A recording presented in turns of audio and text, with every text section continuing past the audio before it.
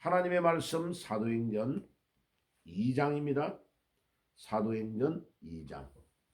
자, 사도행전을 계속 강의하는 중에 중간에 우리 설날 연휴가 되어서 제가 믿음의 아들 디모데에 대한 설교를 며칠 동안 하고 다시 사도행전으로 돌아오겠습니다. 사도행전 2장 14절 15절을 제가 읽겠습니다. 베드로가 11사도와 함께 서서 소리를 높여 이르되 유대인들과 예루살렘에서 사는 모든 사람들이 이 일을 너희로 알게 할 것이니 내 말에 귀를 기울이라.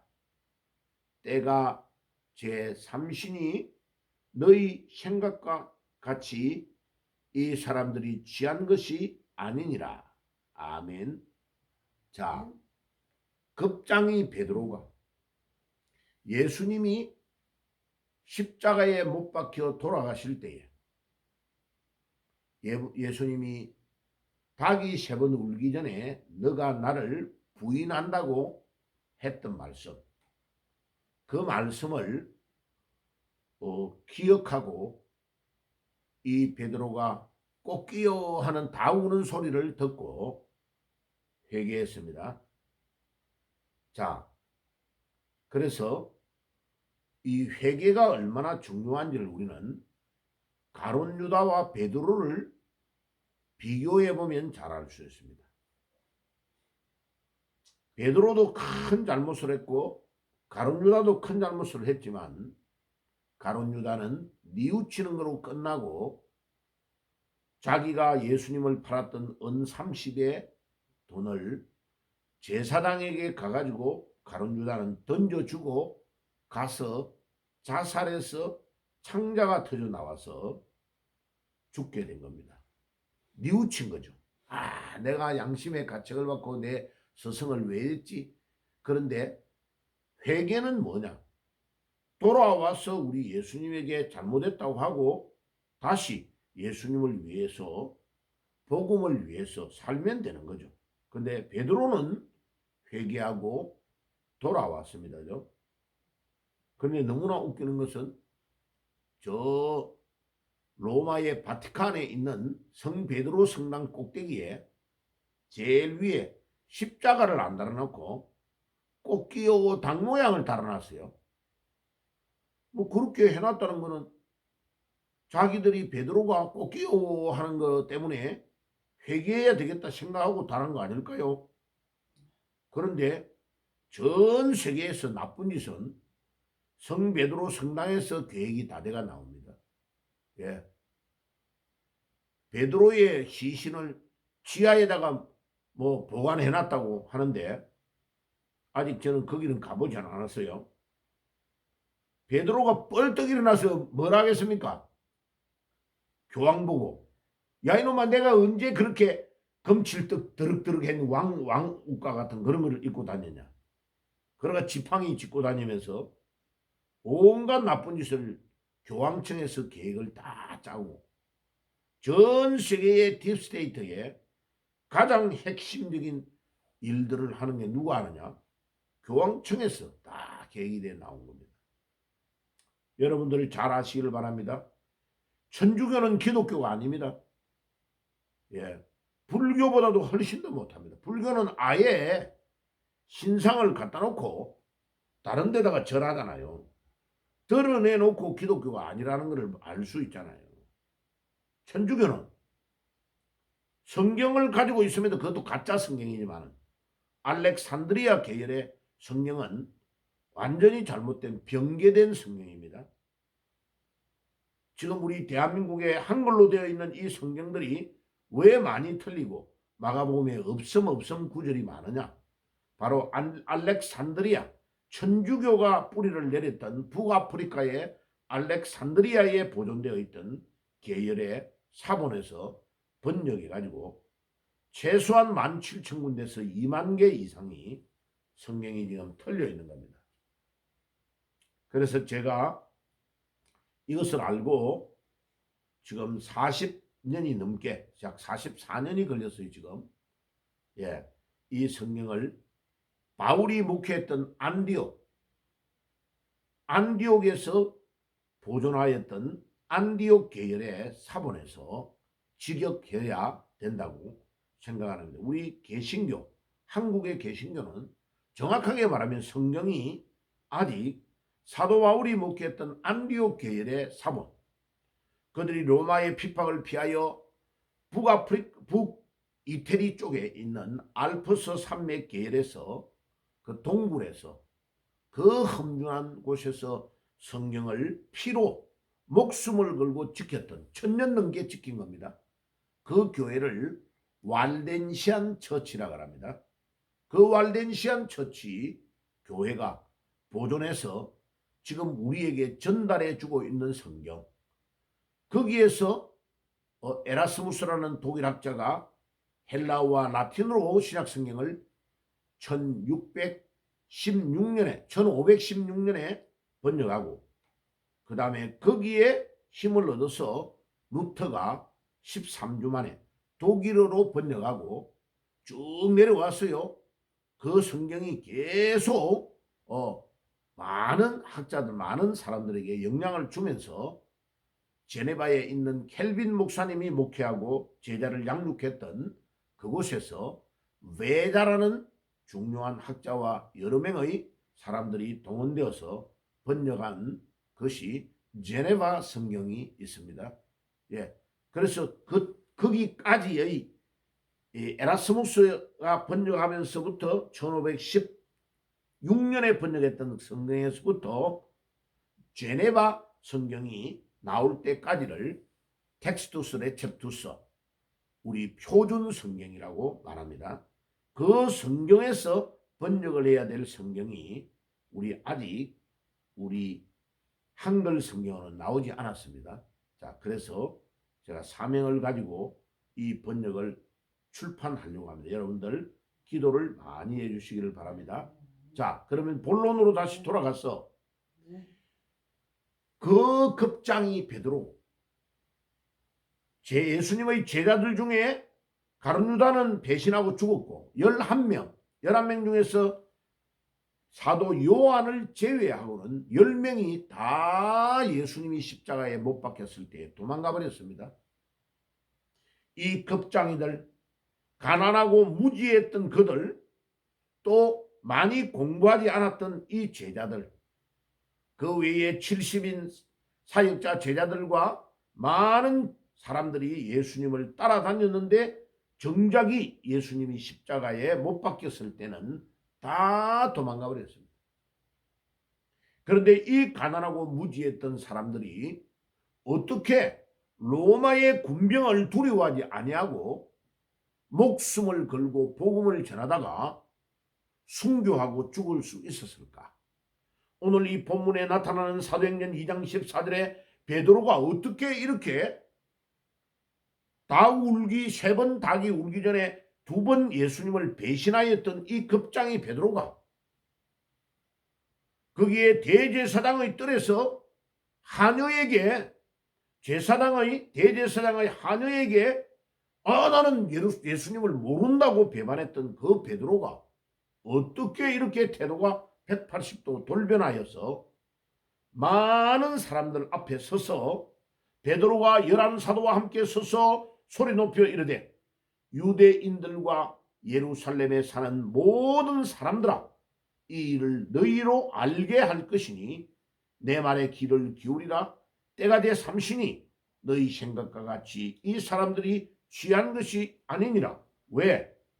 13절에 사람들이 예수님의 제자들을 비롯한 오순절날 모였던 사람들이 성령의 충만을 받아서 막 방언을 하고 놀라운 이적과 기사가 일어나니까 새 술에 취하였다고 조롱한 겁니다.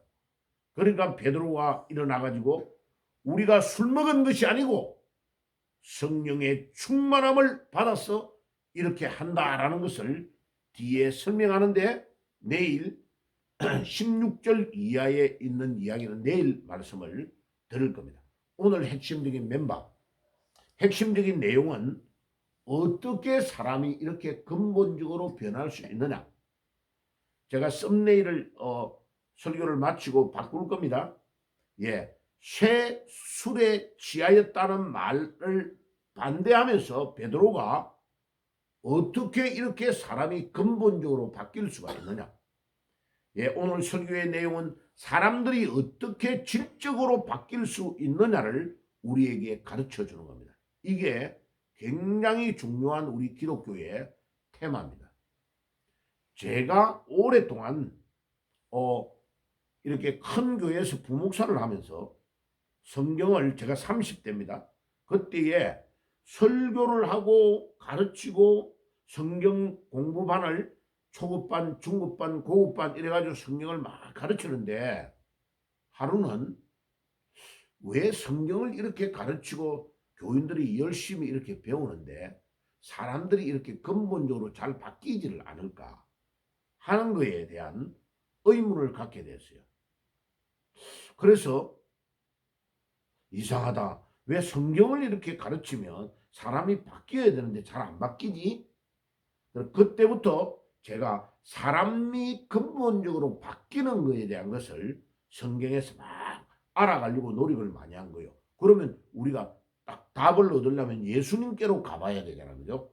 예수님에게 직접 배웠던 제자들이 예수님이 순환 예고를 해가지고 내가 십자가에 못 박혀 죽고 너희들보다도 살아나서 갈릴리에 먼저 갈 것이라고 예언해 준 순환 예고를 예수님이 복음서에 여러 번 예고하고 있는데 왜 제자들은 그거를 한쪽 말로 듣고 한쪽 귀로 흘러버릴까? 왜 그렇게 됐을까? 왜 사람이 이렇게 바뀌지를 않을까? 실제로 예수님의 제자들이 십자가에 못 박히니까 왜 가룟 유다를 제외하고 나머지 사람들 또 사도 요한을 제외하고 나머지 사람들은 다 왜 10명이 도망가 버렸을까? 그거를 나름대로 제가 연구를 해본 겁니다. 자, 그러니까 거기에 세 가지의 중요한 요소가 있어서 사람이 근본적으로 바뀐다는 것을 알았습니다. 베드로와 같이 이렇게 닭이 3번 울기 전에 2번 여종에게도 배신하고 예수님을 모른다고 하고 도망쳤던 이들이 급장이고 비급하고 3년 반 동안 동거동락하며 예수님의 놀라운 이적과 기사를 체험했던 이들이 예수님을 다 배신했는데 2000년이 지나서 직접 우리 예수님을 만나보지도 않고 예수님과 같이 잠자지도 않고 예수님의 기적을 우리 눈으로 보지도 않았던 우리는 당연히 이렇게 이들처럼 비겁하고 배신을 때리고 이렇게 우리도 딴 길로 가면서 바뀌지 않을 거 아닐까 하는 것을 생각하고 여러 가지로 고민하게 된 거죠. 그런데 그들이 바뀌어서 로마의 군병을 두려워하지 아니하고 복음을 담대하게 전하면서 하나같이 다 순교하여 죽는 일이 어떻게 일어날 수 있을까? 그렇게 사람이 근본적으로 바뀌는 것에서는 세 가지의 변화가 왔다는 것을 알 수 있습니다. 첫째, 예수님이 십자가에 못 박히고 돌아가신 후에 3일 만에 부활했다는 것이 사실이었다는 겁니다. 팩트. 예수님이 부활한 것이 사실이었기 때문에 그래서 살아나셔서 다시 갈릴리 바다에 돌아오셔서 그 제자들에게 자기의 살아있는 모습을 보여주시고 특별히 요한복음에 상세하게 예수님이 돌아오신 내용이 기록되어 있습니다. 그죠? 요한복음에 20장, 21장 한번 가보세요. 예수님이 살아나셔서 돌아와가지고 두려워하며 떨고 있는 그들에게 예수님께서 살아나신 것을 보여주셨습니다. 20장이네요. 요한복음 20장. 20장 11절에 보세요. 마리아는 무덤 밖에 서서 울고 있는데 울면서 구부려 무덤 안을 들여다보니 흰옷 입은 두 천사가 예수의 시체에 누웠던 곳에 하나는 머리편에 하나는 발편에 앉았더라. 천사들이 이르되 여자여 어찌하여 우느냐 이르되 사람들이 내 주님을 옮기다가 어디에 두었는지 내가 알지 못함이니이다. 이 말을 하고 뒤를 돌이켜 예수께서 서 계신 것을 보았으나 예수이신 줄을 알지 못하더라. 예수께서 이르시되 여자여 어찌하여 울며 누구를 찾느냐 하시니 마리아는 그가 동산직인 줄을 알고 이르되 주여 당신이 옮겼거든 어디에 두었는지를 내게 이르소서 그리하면 내가 가져가리이다. 예수께서 마리아야 하시거늘 마리아가 돌이켜 히브리 말로 랍오니 하니 이는 선생님이라는 말이라. 예수께서 이르시되 나를 붙들지 말라. 내가 아직 아버지께로 올라가지 아니하였노라. 나는 네 형제들에게 너는 네 형제들에게 가서 내가 내 아버지 곧 너희 아버지 내 하나님 곧 너희의 하나님께로 올라간다 하라 하시니. 봐요. 예수님이 십자가에 못 박히고 무덤을 어디에 서서 아리마대 요셉의 무덤 안에 장사 지냈다는 것을 보고 갔던 여인들이 그중에서 막달라 마리아가 그날 예수님이 부활한 날 금요일 날 오후에 무덤에 넣는 것을 보고 토요일 날 주일 날 새벽에 만 이틀 정도 됐고 날짜는 3일째인데 이 마리아가 무덤에 가가지고 어떻게 됐나 보니까 그 큰 바위가 돌멩이가 무덤을 가려놨던 그 바위가 옮겨져 있고 열려 있으니까 안에 본 거예요. 그 안에 있는 그 광경, 예수님이 누워있던 시신이 누워있던 그 자리의 머리맡에 하나의 천사 하나와 발 있는데 천사 한 사람이 서 있는 것을 봤다는 것도 다 기록되어 있잖아요. 요한이 기록을 하고 있잖아요. 그죠? 그리고 예수님이 부활해서 첫 번째 예수님의 부활을 본 사람이 마리아가 봤다고 이야기하잖아요. 그리고 예수님에게 나타나서 대화를 했다고 하잖아요. 그죠? 기록되어 있죠. 바로 이것이 예수님이 부활한 첫 번째 증거입니다. 그리고 그 뒤에 또 봐요. 그날 곧 부활한 날이 주일이다 말이야. 안식 후 첫날 19절에 봐요. 요한복음 20장 19절에 이날 곧 안식 후 첫날 저녁 때에 제자들이 유대인들을 두려워하여 모인 곳에 문을 닫았더니 예수께서 오사 그의 가운데 서서 이르시되 너희에게 평강이 있을지어다. 아멘. 자, 첫 번째로 마리아를 만나고 두 번째는 가룟 유다를 제외하고 도마가 없어요. 10명의 제자들이 모여서 두려워하고 있는 거예요. 아직도 봐요. 아직도 이들이 두려워하고 있는 거예요.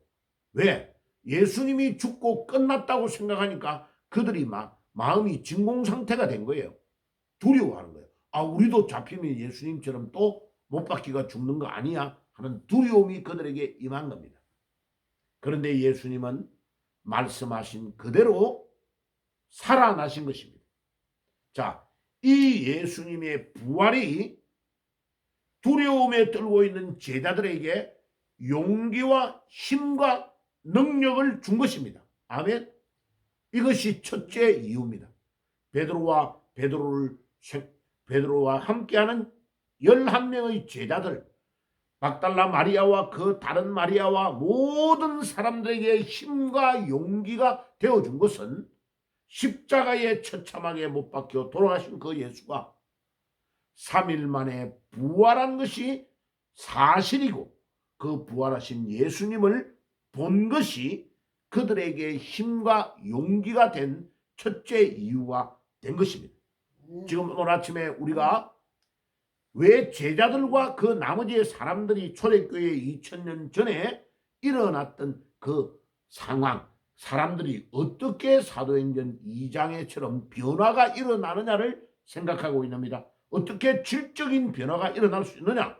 첫째가 예수님의 부활을 목격한 것입니다. 체험한 것이다 이 말이에요. 그리고 20절에 보세요. 요한복음 20장 20절에 이 말씀을 하시고 손과 옆구리를 보이시니 제자들이 주를 보고 기뻐하더라. 봐요. 그 두려워하던 그들이 이제는 힘과 용기를 얻고 기쁨을 얻게 됐다. 이야, 우리 예수님이 살아나셨다. 이게 그들에게는 힘과 용기와 기쁨을 주는 원천이 되었다는 것입니다. 21절에 예수께서 또 이르시되 너희에게 평강이 있을지어다. 아버지께서 나를 보내신 것 같이 나도 너희를 보내노라. 우리 예수님이 이제 부활하셔서 제자들에게 아버지께서 나를 이 땅에 보내신 것처럼 나도 너희들을 보낸다라고 선포하시는 겁니다. 그 다음에 두 번째 말씀이 뭐예요? 22절에 이 말씀을 하시고 그들을 향하여 숨을 내쉬며 이르시되 뭐라고 해요? 성령을 받으라. 봐요. 예수님이 부활하시기 전에는 안 믿는 자들을 구원하기 위한 복음 전파와 이적과 기사를 중심으로 사역을 하셨는데 부활하신 이후에는 바뀝니다. 이제는 불신자를 상대로 만나는 것이 아니고 예수님이 이제까지 양육했던 제자들을 중심으로 만나시고 변화가 일어납니다. 사역의 변화가. 그리고 숨을 내쉬면서 성령을 받으라고 말씀하십니다. 그리고 23절에 뭐라고 합니까? 너희가 누구든지 죄를 사하면 사하여 질 것이요 누구의 죄든지 그대로 두면 그대로 있으리라 하시니라. 죄 사함의 권세를 주신다고 말씀하고 있는 겁니다. 두 번째입니다. 그죠?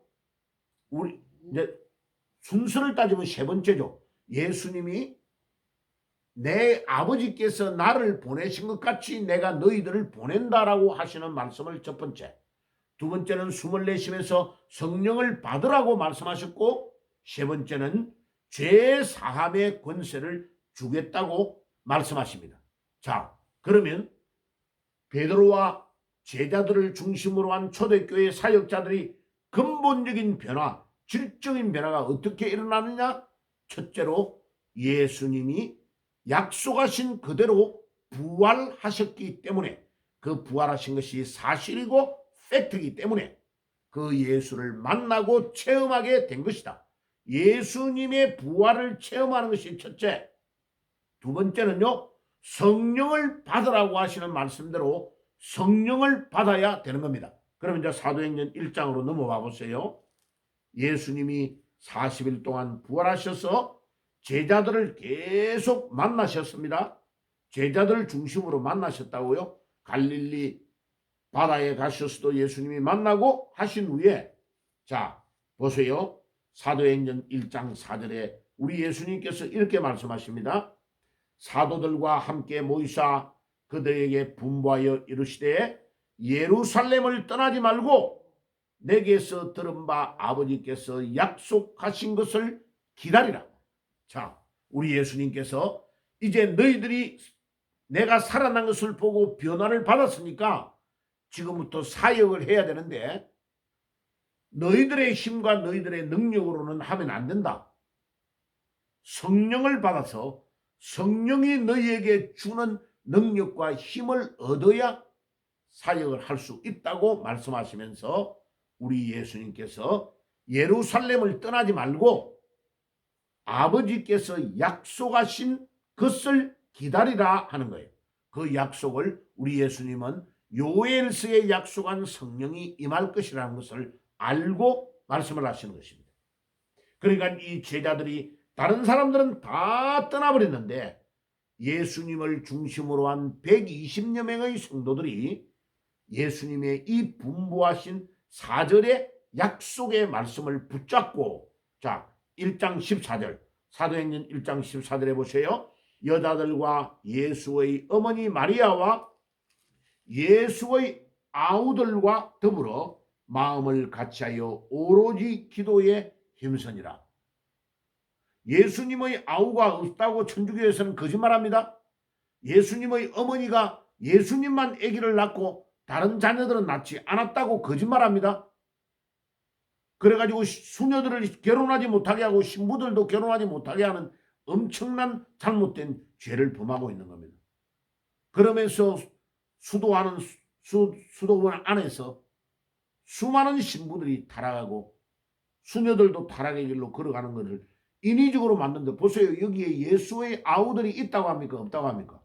예수의 아우들이 있다고 그러잖아요. 그리고 복음서에 예수님의 동생들의 이름이 다 나오고 있잖아요. 그러니까 천주교는 성경대로를 믿지 않습니다. 자기들이 마음대로 성경을 변개합니다. 예수님의 아우들이 있다고 말하고 있잖아요. 근데 왜 예수님의 아우를 마리아가 낳지 않았다고 말합니까? 마리아는 처녀로 늙어서 죽었다고 말하면서 마리아를 닮아가는 사람을 수녀라고 말합니다. 아닙니다. 거짓말입니다. 복음서에 예수님의 아우들의 이름이 최소한 정확하게 이름까지 다 나오잖아요. 여동생들도 있다고 이야기하고 있잖아요. 그죠? 자, 그래가지고 15절에 보시면 모인 무리의 수가 약 120명이나 되더라. 그때에 베드로가 그 형제들 가운데 일어서서 이르되, 자, 바로 120여 명이 마가 요한의 다락방을 중심으로 모였는데 그 오순절날 하나님의 성령이 임하셔서 사도행전 2장 1절에서 4절에 성령 충만의 사건이 일어나게 된 것입니다. 자, 그럼 이건 수학 공식이에요. 봐요. 성령 충만을 받으려면 목사님은 어떻게 해야 됩니까? 사도행전 1장 4절에 언약을 붙잡고 기도해야 됩니다.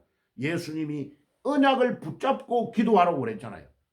그리고 14절에 언약을 붙잡고 집중적으로 기도했는데 날짜를 계산해 보면요. 예수님이 오순절날 이후에 오순절까지 예수님이 40일 동안 뭐 했습니까? 부활하셔서 40일 동안 예수님이 살아나셔서 자기의 살아나신 것을 보여주셨다고 말했잖아요. 어디에요? 사도행전 1장 3절에 보세요. 그가 고난받으신 후에 또한 그들에게 확실한 많은 증거로 친히 살아 계심을 나타내사 40일 동안 그들에게 보이시며 하나님 나라의 일을 말씀하시니라. 아멘. 자, 40일 동안 부활하셔서 삶을 보여주시고 예수님은 성천에서 올라갔습니다.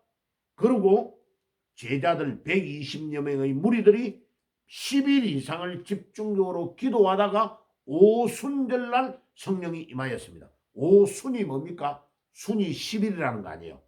5 곱하기 10이 50일이잖아. 그죠? 그럼 50 빼기 40 하면 며칠이죠? 10일이잖아. 봐요. 10일 이상을 이들이 집중적으로 기도하다가 뭐를 받았다? 성령의 충만한 사건이, 오순절날 성령의 사건이 일어났습니다. 자, 그럼 보세요. 거기에 한 가지를 절대 놓치면 안 되는 것은 아까 우리 예수님이 요한복음 20장에서 성령을 받으라 이라고 그 다음에 명령하신 말씀이 뭐냐요?